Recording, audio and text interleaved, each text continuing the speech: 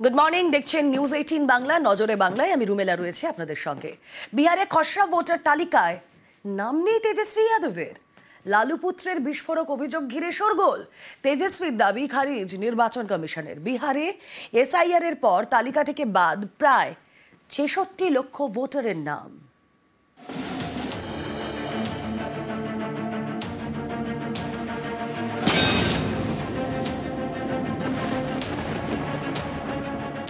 ये एप्लीकेशन है, मेरा भी नहीं है।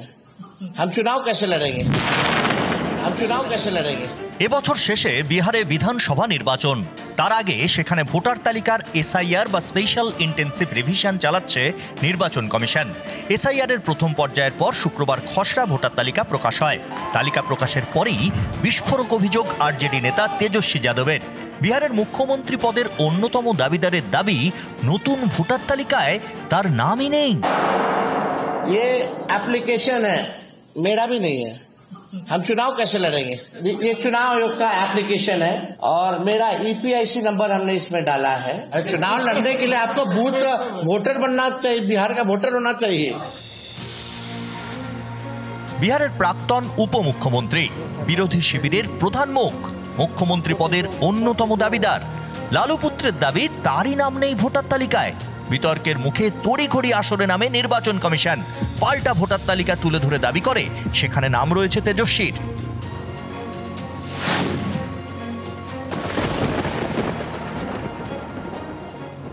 এটা কি স্পেশাল ইন্টেন্সিভ রিভিশন হচ্ছে, নাকি ওই যেটা আমাদের সাধারণ সম্পাদক বলেছেন যে এটা একটা সাইলেন্ট রিগিং হচ্ছে? কোনটা হচ্ছে? তেজস্বী যাদবের তো মাধ্যমিক পাশেরও সার্টিফিকেট নেই। তার মানে এই তো নয় বিহারের মানুষ মাধ্যমিক পাশ করে না। তেজস্বী যাদব নাম তোলার চেষ্টাই করেনি, এবং সেখানে নাম না থাকলে তার নির্দিষ্ট পদ্ধতি আছে, আপনারা জানেন। পার্মানেন্ট তালিকা তো এখনো বেরোয়নি।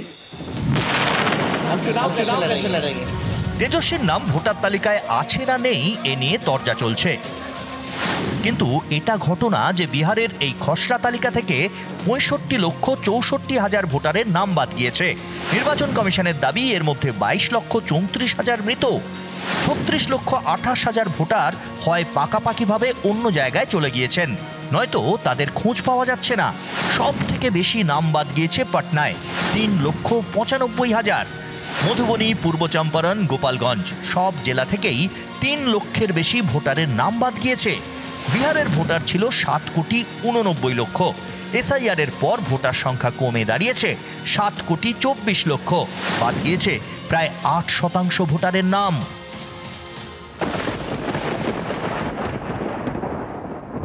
चुनाव आयोग की चालाकी है, कहीं वोटर का पता नहीं है, बूथ का नाम नंबर नहीं है और ईपीआईसी नंबर जो है वो नहीं है, ताकि हम जो है पता कर सके कि कौन लोग हैं जिनका नाम कटा। यानी जब वोटर वोट ना दे पाए, आपने पहले से तय कर दिया कि फलना पार्टी को ही सरकार में लाना है, तो आप चुनाव क्यों करा रहे हैं? आप एक्सटेंशन दे दीजिए सरकार को। বিহার তো লড়ছে, কারণ এটা শুধু তো বিহারের জন্য ছিল না, বলছে তো সারা ভারতবর্ষের জন্য, কিন্তু ছিল বাংলা। বিজেপি পন্থী কিংবা পন্থাতে যদি বিশ্বাস না হন, আর না হয় আপনি বাংলাদেশি কিংবা ডি ভোটার।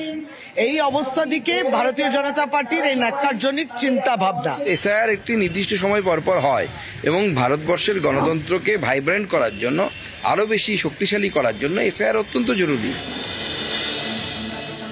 লড়াই চলছে আদালতে, সংঘাত চলছে দিল্লিতে। তারই মধ্যে বিহারে খসড়া ভোটার তালিকা প্রকাশ। তেজস্বীর বিস্ফোরক দাবি জানিয়ে রাজনীতির হাওয়া গরম। নিউজ 18 বাংলা। मेरा भी नहीं है। हम चुनाव कैसे लड़ेंगे?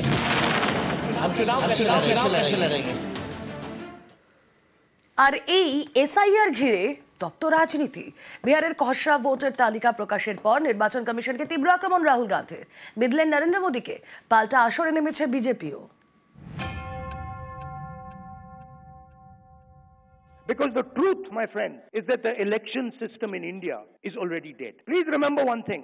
The Prime Minister of India is the Prime Minister of India with a very slim majority. If 15 seats were rigged, he would not be the Prime Minister of India.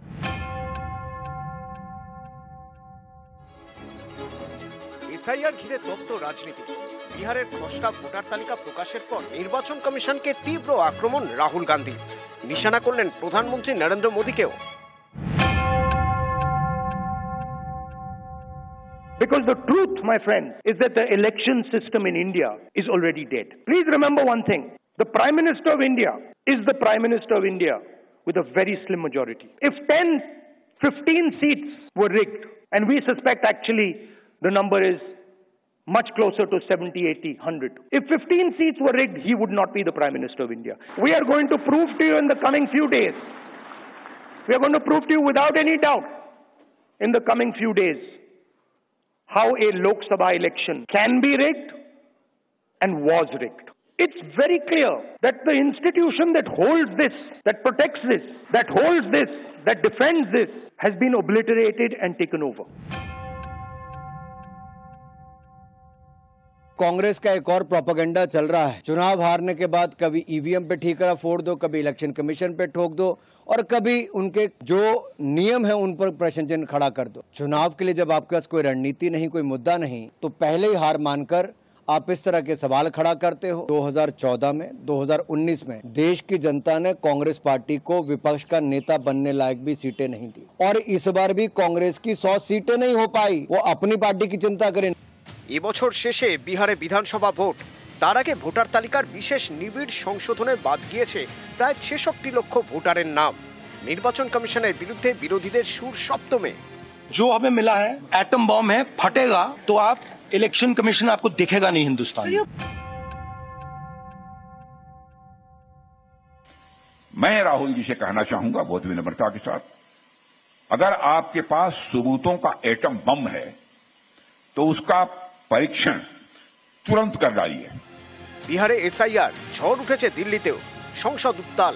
শুক্রবার দিল্লিতে জাতীয় নির্বাচন কমিশনের দপ্তর ঘেরাও করবে বিরোধী জোট আইএনডিআইএ।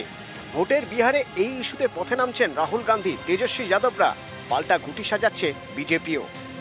নিউজ 18 বাংলা।